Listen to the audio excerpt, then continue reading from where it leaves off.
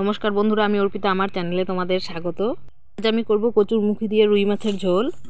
কচুগুলো আমি যেখান থেকে তুলবো তোমরা তো সেই জায়গাটা দেখতেই পেলে। চলো এবারে খুঁড়ে দেখি কচু পাই কিনা। দেখো কচু কিন্তু আমি তুলে নিয়েছি, এই যে আমার হাতে।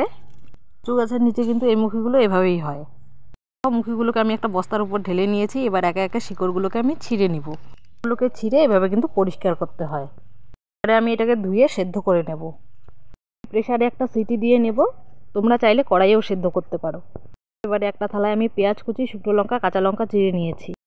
দেখো মুখি সিদ্ধ কিন্তু আমার কমপ্লিট। আমি এখন একে একে মুখিগুলোকে ছুলে নেব। গ্রামের মানুষ এই মুখিটাকে কিন্তু চিনে থাকবে। আমি জানি না শহরে আদৌ পাওয়া যায় কি না, এখন বিক্রি হয় কি না আমি তাও জানি না। শহরের দিক থেকে কেউ দেখে থাকলে আমাকে কিন্তু জানাবে যেটা পাওয়া যায় কি না। কিন্তু এদিকে মশলাও রেডি করে নিয়েছি। লঙ্কা বাটা, পেঁয়াজ বাটা, জিরে ও ধনে গুঁড়ো। এবারে উনুনে আঁচ দিয়ে কড়াই বসিয়ে দিয়েছি। কড়াই গরম হলে তেল দিয়ে দিয়েছি। পেঁয়াজ কুচি, কাঁচা লঙ্কা চেরা দিয়ে দিয়েছি। ফোড়নটা ভাজা হয়ে গেলে মশলাগুলো দিয়ে দেব। এর সাথে লবণ হলুদও দিয়ে দেব।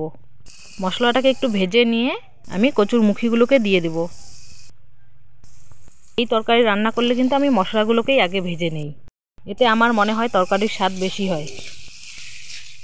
দেখো আমি মুখিগুলোকে দিয়ে নাড়াচাড়া করে নিচ্ছি। এই তরকারিতে কিন্তু আমি গরম জল দেব। ঠান্ডা জল দিলে পরে গলা ধরার ভয় থাকে।